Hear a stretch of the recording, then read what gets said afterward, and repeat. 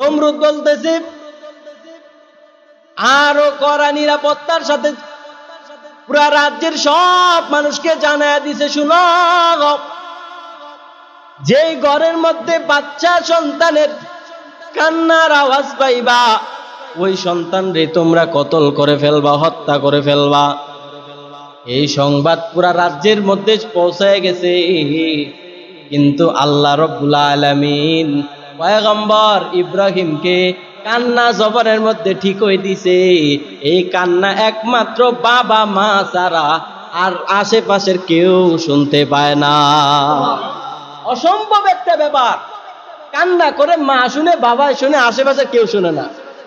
দুনিয়ার মানুষ, এখন যে মানুষগুলো আমার সামনে আছেন, এখন যদি আমারে কেউ কল দেয় আমি কথা বলবো, হাজী সাহেব শুনবে, আপনারা শুনবেন কেউ? কারণ আমার সাথে সে কথা বলবে, আমি শুনবো, সে শুনবে, আর আপনারা কেউ শুনবেন না। দুনিয়ার মানুষের টেকনোলজি দ্বারা যদি এটা সম্ভব হয়, আমার আল্লাহর টেকনোলজি এই টেকনোলজি থেকে 1000 গুণ উত্তম।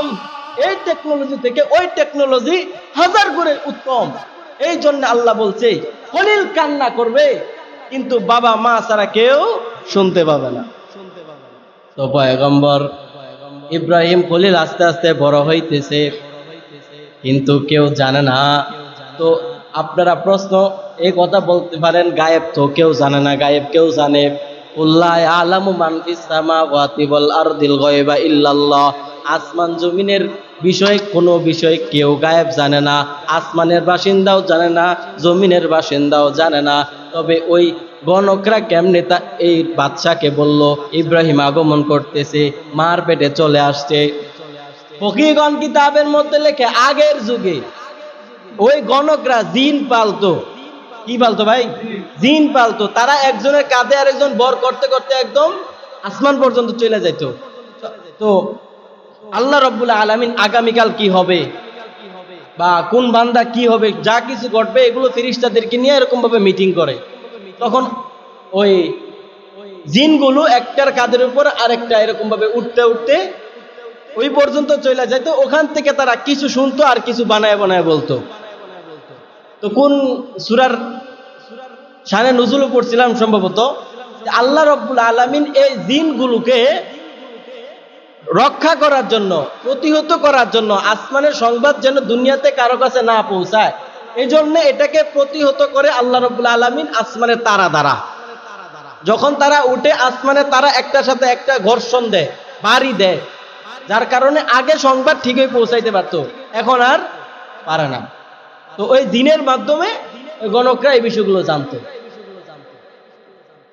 তো ইব্রাহিম পয়গম্বর আস্তে আস্তে বড় হইতেছে। সংক্ষেপ করে বলি, বা ইব্রাহিম পয়গম্বর এক সময় দুনিয়ার মানুষ সব অন্য কিছুর পূজা করে। পয়গম্বর ইব্রাহিম কয়ে আমার খোদা তো মনে হয় ওই চাঁদ। বলে চাঁদ তো রাত্রের বেলা ওঠে, আবার দিনের বেলা নির্মূল হয়ে যায়। বলে না না, আমার খোদা হইতে পারে কি সূর্য। আবার ডাক দেখো, সূর্য যদি আমার খোদা হয়, দিনের বেলা তো ওই সূর্য থাকে, রাতের বেলা থাকে না, এটা আমার খোদা হতে পারে না। বলে আমার খোদা তো এক সময় থাকবে আর এক সময় থাকবে না, এমন হতে পারে না। আমার খোদা এমন হবে তিনি রাত্রের বেলাও থাকবে, আমি ঘুমায় গেল আমার সাথে থাকবে, আমি সজাগ থাকলেও আমার সাথে থাকবে। এই জন্য আল্লাহ বলে লা তাকুদু উসিনাতু ওয়ালা নাউম। এ বান্দারা শুনিয়া লও, দুনিয়ার মানুষ ঘুমায়, ক্লান্তি দূর করার জন্য মানুষ ঘুমায় যায়, মাথা ঠান্ডা করার জন্য মানুষ ঘুমায়। ও দুনিয়ার মানুষ শুনো, আমি আল্লাহ ঘুমাই না, ঘুমায় না, বরং আপনারা মসজিদ আইসা ওই যে তন্দ্রাইতেছে, আল্লাহ বলেন আমি তন্দ্রাতেও যাই না। ঘুমাই তো না, ঘুমায় না, আবার কিউ করি না, তন্দ্রায়ও না। এই যে মুরব্বীরা তন্দ্রাইতেছে, কথা বুঝতে পারছেন? আল্লাহ কি বলছে? আমি ঘুমায়ও না, তন্দ্রায়ও না। তো বাবা বলতেছে আসো আমরা মেলার মধ্যে যাব, অনুষ্ঠান আছে, আসো। পয়গম্বর ইব্রাহিম বলে বাবা না না, আমি তো মেলাতে যেতে পারবো না, আমি বড় অসুস্থ। কেউ কেউ বলেন শারীরিক অসুস্থ, আবার কেউ কেউ বলেন অন্তর দুর্বল, মানসিক অসুস্থ। কেউ কেউ বলে শারীরিক অসুস্থ। মানুষ অসুস্থ দুই ভাবে হয়, কেউ শারীরিক অসুস্থ হয়, কেউ মানসিক অসুস্থ হয়। কথা বুঝেন না মনে হয়? তো পয়গম্বর বলতেছেন আমি অসুস্থ, যেতে পারবো না, আনা সাকিব। তো পয়গম্বর ইব্রাহিমকে রেখা সবাই চলে গেছে। চলে যাওয়ার পর পয়গম্বর ইব্রাহিম উনি দেখতো ওনার বাবা আজর মূর্তিগুলোর সামনে যাইয়া খাবার দেয়, কিন্তু মূর্তিগুলো কি করে না, খাবার শক্তি আছে মূর্তির, বানাইছে মানুষ ভিতরে হেরকুটা দিয়া, এটা খাইবে কি? তো সবাই যখন মেলায় চলে গেছে, পয়গম্বর ইব্রাহিম আজকে উনি খাবার লয়ে গেছে। খাবার দেয়া বলতেছে, শোনো আমার বাবা তোমাদেরকে খাবার দিত, তোমরা খাইতা না, আমার বাবা তোমাদেরকে কিছু বলতো না, কিন্তু আমি ইব্রাহিম তোমাদেরকে খাবার দিতেছি, তোমরা যদি খাবার না খাও আমি কিন্তু তোমাদেরকে জানে ছাড়বো না। তো খাবার দিতেছে, তো খাবার দেয়, ওই মূর্তি খায় না, মশা খায়, মাছি খায়, কে খায় না? হ্যাঁ, মূর্তি খায় না। কথা বুঝতে পারছেন? তো পয়গম্বর, আপনারা জানেন ঐতিহাসিক ঘটনা, পয়গম্বর এটাকে বড় মূর্তির এরকম ভাবে যে কুদাল নিয়ে দাঁড়ায় থাকে, একটা থেকে লইয়া আর একটা মায়ের একটা কান্দে ঝুলাই থই দিস। তো আয়সা দেখে সব মূর্তি এরকম ভাবে ভাঙ্গা, একটার কাঁধের মধ্যে কুড়াল ঝুলানো। তো জিজ্ঞাসা করতেছে এই মূর্তিগুলো ভাঙলো কে? সবার মেজাজ গরম, কে ভাঙছে? পয়গম্বর ইব্রাহিম বলতেছে কেমনে কুমু কে ভাঙছে?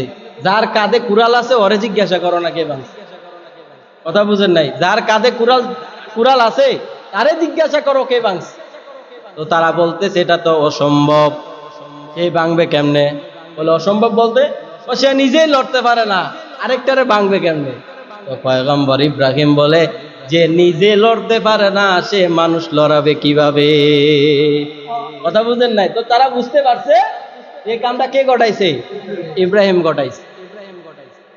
এবার সারা বিশ্বের মধ্যে সংবাদ পৌঁছায় গেছে ইব্রাহিম আমাদের মূর্তি ভাঙছে। দেশ থেকে, বিভিন্ন দেশ থেকে এরকম ভাবে চিঠি আসছে, দৃষ্টান্তমূলক শাস্তি চায়, ইব্রাহিমের দৃষ্টান্তমূলক আমরা শাস্তি চাই।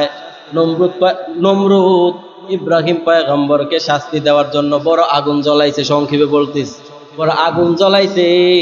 এরকম ভাবে কোন কোন বর্ণনার মধ্যে পাওয়া যায় 6 মাস পর্যন্ত আগুন জ্বলাইছে, আকাশ দিয়ে একটা পাখিও যেতে পারতো না, আগুনের এত তাপ। নমরুদ যখন পয়গম্বর ইব্রাহিমকে ওই আগুনের মধ্যে ফালাইছে, আগুনের মধ্যে ফালানোর পর নমরুদ দাঁড়ছে সব পুরা ছাই হয়ে যাবে। আল্লাহ আগুনকে বলতেছে ইয়া নার কুনি বারদাউ ওয়া সালামা, হে আগুন এখন তোমার পজিশন হচ্ছে গরম, যা দিমু তাই পুরাইবা, কিন্তু তোমার ভিতরে আমার খলিল ঢুকছে, এই খলিলের জন্য তুমি তাপ থাইকো না, এই খলিলের জন্য তুমি সালাম এবং শান্তিদায়ক এবং আরামদায়ক তুমি হয়ে যাও।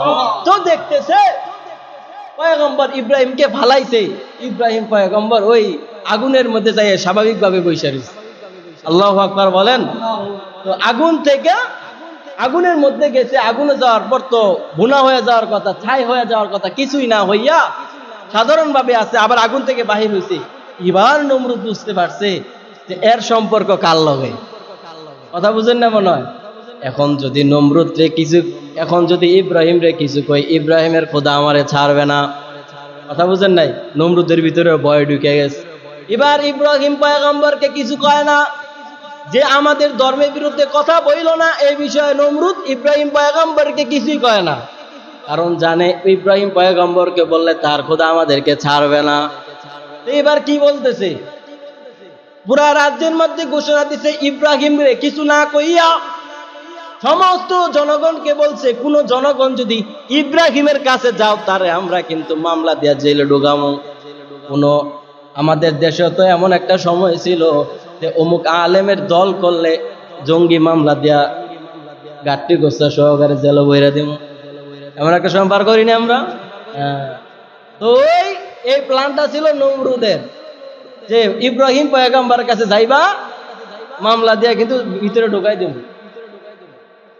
তো পয়গম্বর ইব্রাহিম আলাইহিস সালামকে আল্লাহ বলতেছেন যে পয়গম্বর আর এদেরকে দাওয়াত দিতে হবে না, যান যান আপনি এখান থেকে ওই সিরিয়া সফর করেন। তো গত সপ্তাহে বলছিলাম, তো সিরিয়া সফর করাকালীন মাঝখানে কি পড়ে? মিশর পড়ে। মিশরের মধ্যে গত সপ্তাহে যেহেতু বলছি, এই সপ্তাহে একটু সংক্ষেপে বলে দিই। তো মিশরের মধ্যে তৎকালীন বাদশার নাম ছিল সিনান ইবনে হিলওয়ান। তো উনি অনেক খারাপ ছিল, এলাকার মধ্যে রাজ্যের মধ্যে যত সুন্দর সুন্দর মেয়ে পাইতো ওদেরকে দর্শন করতো, নাউজুবিল্লাহ।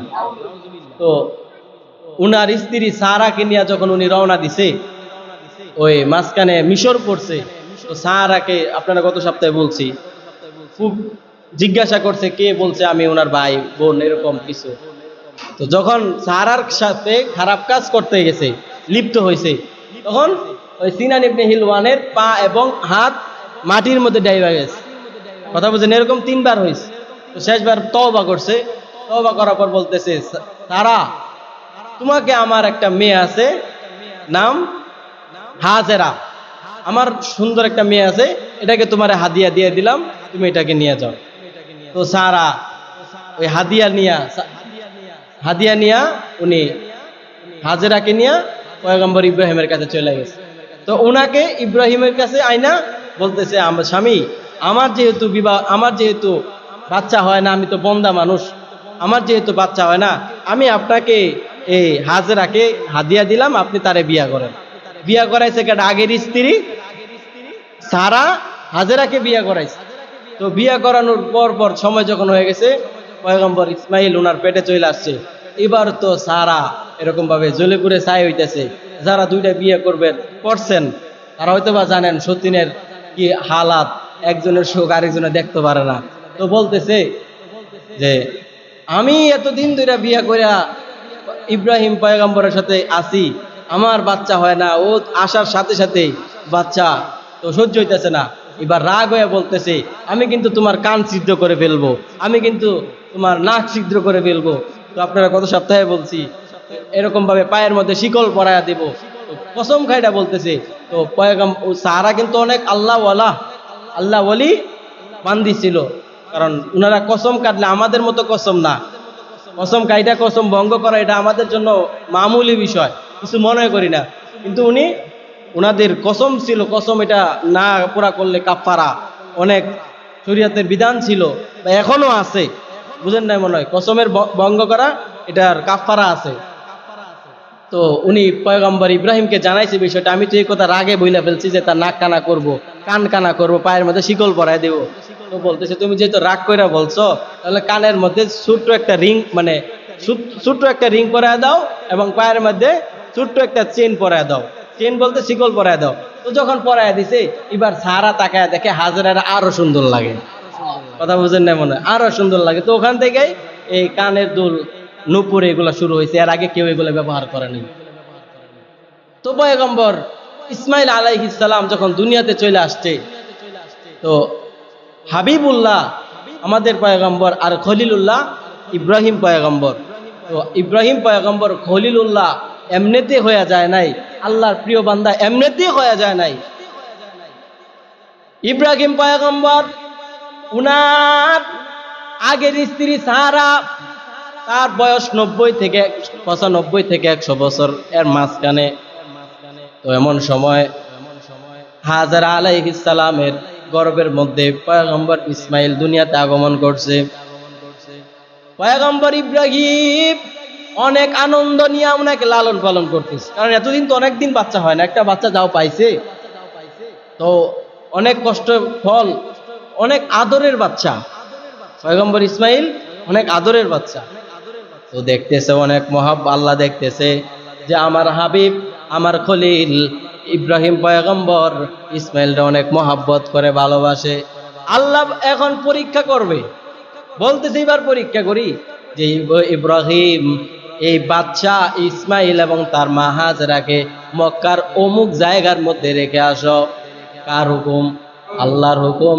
তখন ইব্রাহিম পয়গম্বর আল্লাহর হুকুম পাইয়া ছেলের মায়ায় পড়ে নাই, স্ত্রীর মায়ায় পড়ে নাই, আল্লাহর হুকুমকে বাস্তবায়িত করার জন্য মক্কার এমন একটা জায়গার মধ্যে লয়ে গেছে যে আশেপাশে কোনো বাড়িঘর নাই, খানার কোনো ব্যবস্থা নাই, পানির কোনো ব্যবস্থা নাই, এমন একটা জায়গার মধ্যে রেখে আসছে। পয়গম্বরের স্ত্রী হাজেরা ডাক দেয়া কয়, ও স্বামী, এখানে